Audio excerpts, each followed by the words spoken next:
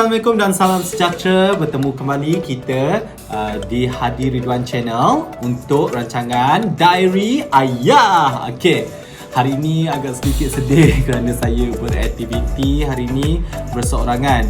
Yelah, biasanya saya bersama dengan isteri, okey, anak saya, Abang Aish, Im, Is, okey.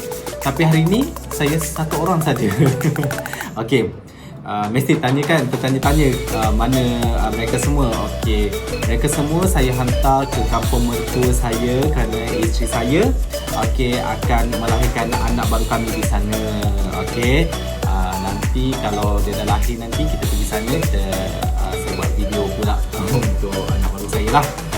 Okey, jadi dekat sini juga saya nak menyeru kepada sesiapa yang menonton ini, okey, kalau belum subscribe lagi channel ini selepas menonton video ini, okey, anda boleh subscribe dan jangan lupa aktifkan loceng untuk mendapat notifikasi terbaru daripada channel ini. Okey, baiklah. Okey, video pada kali ini saya akan buat sedikit tribute untuk salah satu idola saya dalam industri seni, iaitu seniman agung kita, okey, Tan Sri P. Ramlee.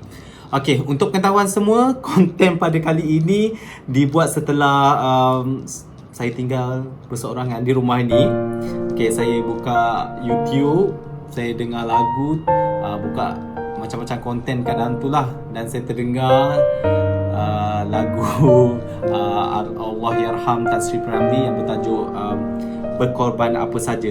Terus saya teringat ibu bapa saya di kampung, okey, isteri, anak-anak saya semua. Okey, memang rasa sebab jugalah waktu tu terasa rindunya kepada mereka. Okey, tak apa. Jadi sebelum kita bercerita lebih lanjut mengenai P. Ramlee, okey, saya nak bawa anda semua mendengar lagu yang saya terdengar tadi, di mana bila saya dengar saya terasa nak nyanyi dan saya terus buka aplikasi WC, saya nyanyi. Okey, jom kita dengarkan dulu. Okey, Berkorban Apa Saja, version saya tribute untuk Allahyarham Tan Sri P. Ramlee. Okey, dan ditujukan khas juga untuk isteri saya, anak-anak, ibu bapa saya, okey, orang-orang yang saya sayang, dan kepada anda yang menonton video ini. Okey, jom saksikan daripada saya. Jom.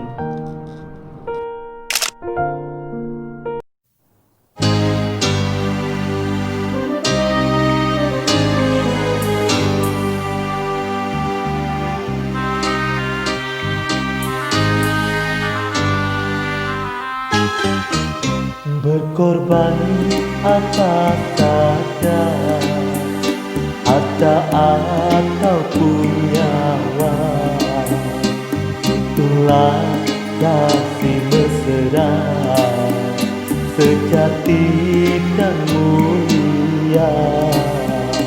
Berkorban apa saja, harta ataupun nyawa, itulah kasih mesra sejati dan mulia.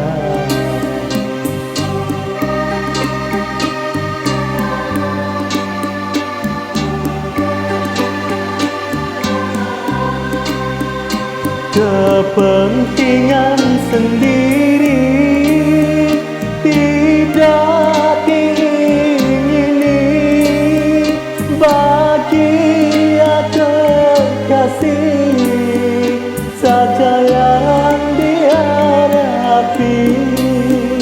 Berkorban apa saja, harta ataupun nyawa, itulah kasih mesra sejati dan mulia.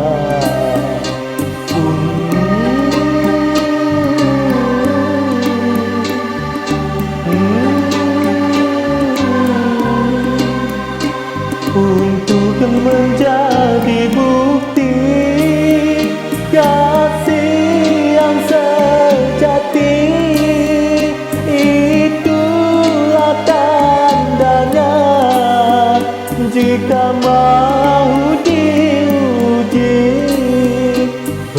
melakukan apa saja, harta ataupun nyawa. Itulah kasih mesra, sejati dan mulia.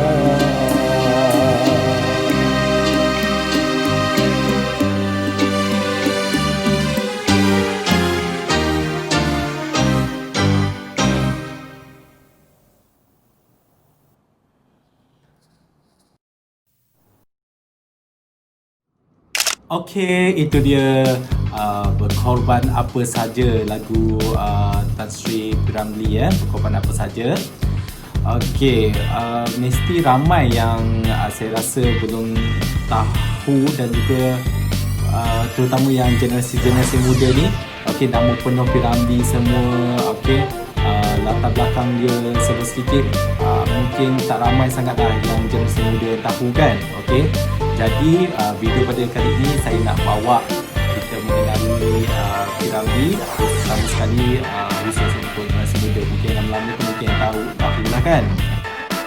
Jom saksikan.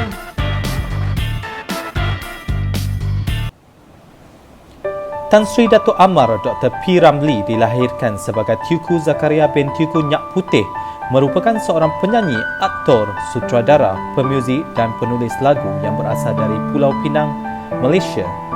Beliau juga digelar sebagai seniman agung negara kerana jasanya yang amat besar dalam industri hiburan, terutama di sekitar Asia Tenggara.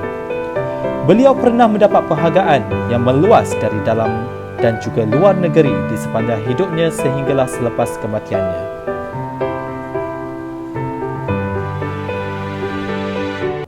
P. Ramlee dilahirkan pada 22 Mac 1929, iaitu selepas khutbah selesai pada pagi Hari Raya Aidilfitri di Pulau Pinang. Beliau adalah anak kepada pasangan Teuku Nyak Putih bin Teuku Karim dan Cik Mah Hussein. Sebelum Cik Mah melahirkannya, Cik Mah telah mengadu sakit perut pada sebelah paginya, tetapi bapanya harus menunaikan sembahyang raya. Mujurlah ibu Cik Mah tinggal bersama-sama dengannya. Ibu Cik Mah telah memanggil bidan dan orang ramai mula berkumpul di rumah mereka. Selepas pulang daripada menunaikan solat, Teuku Nyak Putih mendapati anaknya telah selamat dilahirkan. Ibu Cik Mah telah memanggil cucunya dengan panggilan Ramlee kerana kesukaran memanggil nama Teuku Zakaria. Teuku Nyak Putih merupakan anak tunggal yang berasal dari Lok Siumawe, Aceh. Bapanya mengebara untuk menjadi pelayar kerana merajuk kepada salah seorang ahli keluarganya. Akhirnya, beliau berkenalan dengan seorang janda bernama Cik Mah Hussein. Perkenalan ini telah menyebabkannya berkahwin dengan Cik Mah pada tahun 1925 di Kampung Kubang Buaya Butterworth. P. Ramlee mempunyai seorang adik-beradik tiri melalui perkahwinan pertama ibunya, iaitu Sheikh Ali. Ibunya meninggal akibat penyakit baras gusi ketika P. Ramlee dalam perjalanan pulang ke Pulau Pinang.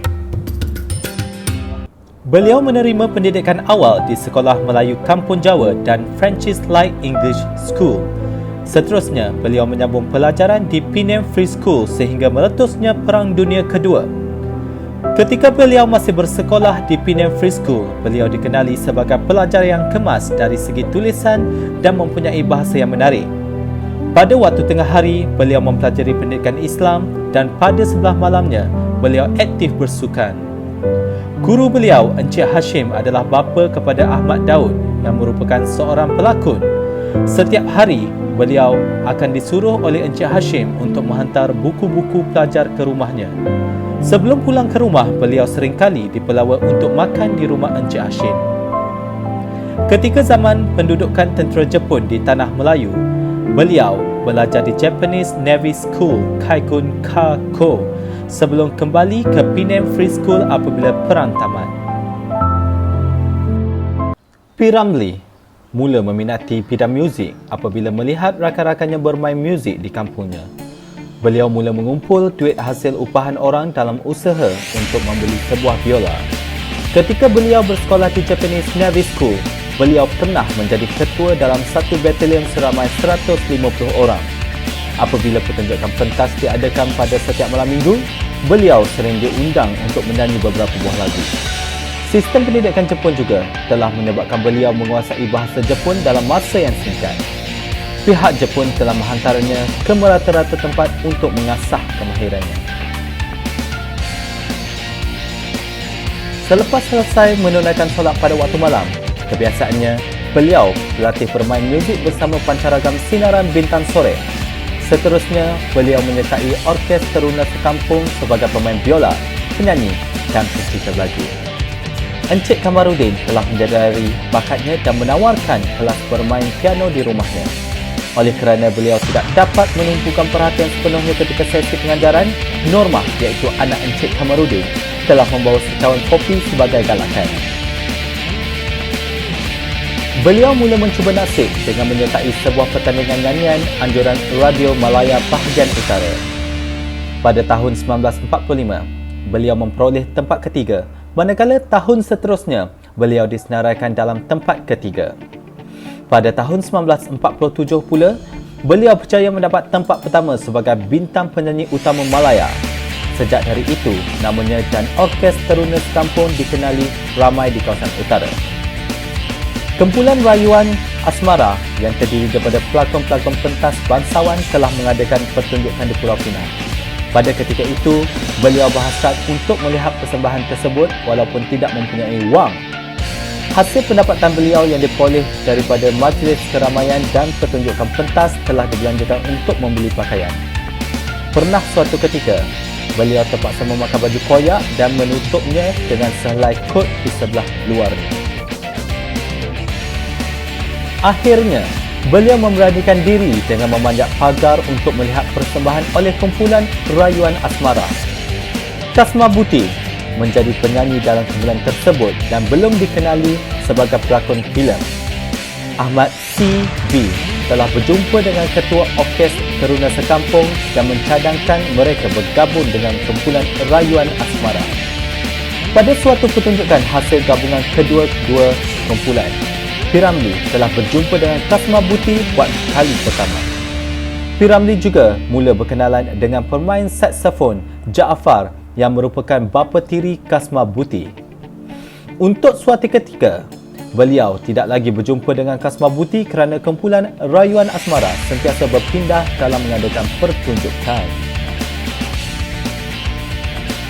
Filem pertama lakonan Piramli ialah Cinta, sebuah filem yang dikeluarkan pada tahun 1948. Beliau memegang peranan sebagai penjahat dan nyanyian latar. Kejayaannya terus berkembang dan telah berjaya berlakon dalam 27 buah filem di antara tahun 1948 hingga 1955.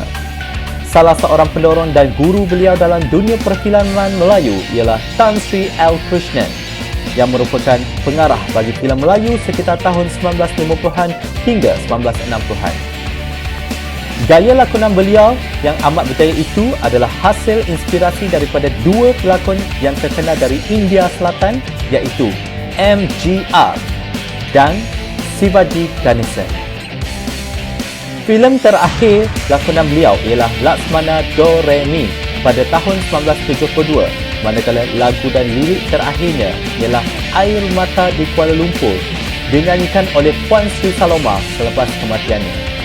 Pada 29 Mei 1973, beliau telah menghembuskan nafas terakhir di rumahnya akibat serangan jantung. P. Ramlee pernah berkahwin 3 kali. Kali pertama beliau berkahwin dengan Junaidah Dain Haris pada 17 September 1947. Tetapi perkahwinan mereka menemui kegagalan pada tahun 17 Oktober 1953. Perkahwinan kedua beliau adalah dengan Norizan Muhammad Noor pada 6 Februari 1955 yang merupakan seorang kerabat diraja bagi negeri Perak yang sanggup meninggalkan kehidupan di istana demi cintanya itu. Walau bagaimanapun, Norizan mengharapkan sesuatu yang lebih dari perkahwinan mereka, tetapi beliau lebih menumpukan hidupnya kepada kerjaya seni yang menyebabkan perkahwinan mereka berakhir pada 16 Oktober 1961 dan kali terakhir adalah dengan Saloma pada 21 November 1961 dalam satu majlis yang sangat sederhana bersama rakan-rakan terdekatnya.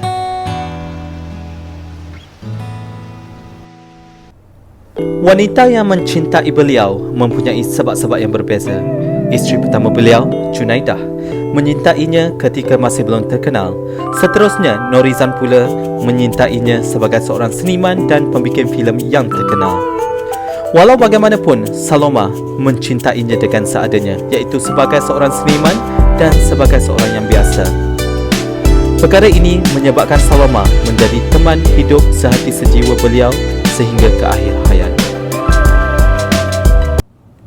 P. Ramlee telah kembali ke rahmatullah pada pagi Selasa 29 Mei 1973 ketika berusia 44 tahun akibat sakit jantung semasa mahu tiba di Hospital Kuala Lumpur, dan jenazahnya dikebumikan di Tanah Perkuburan Islam Jalan Ampang, Kuala Lumpur. Bagi mengenang jasa dan sumbangannya, beliau telah dianugerahkan Bintang Kebesaran Darjah Panglima Setia Mahkota oleh Seri Paduka Baginda yang di-Pertuan Agong pada 6 Jun 1990 yang membawa gelaran Tan Sri. Selain itu, rumah terakhir beliau di Jalan Dedap, Setapak telah diubah suai dan dijadikan sebagai pustaka peringatan P. Ramlee pada tahun 1986.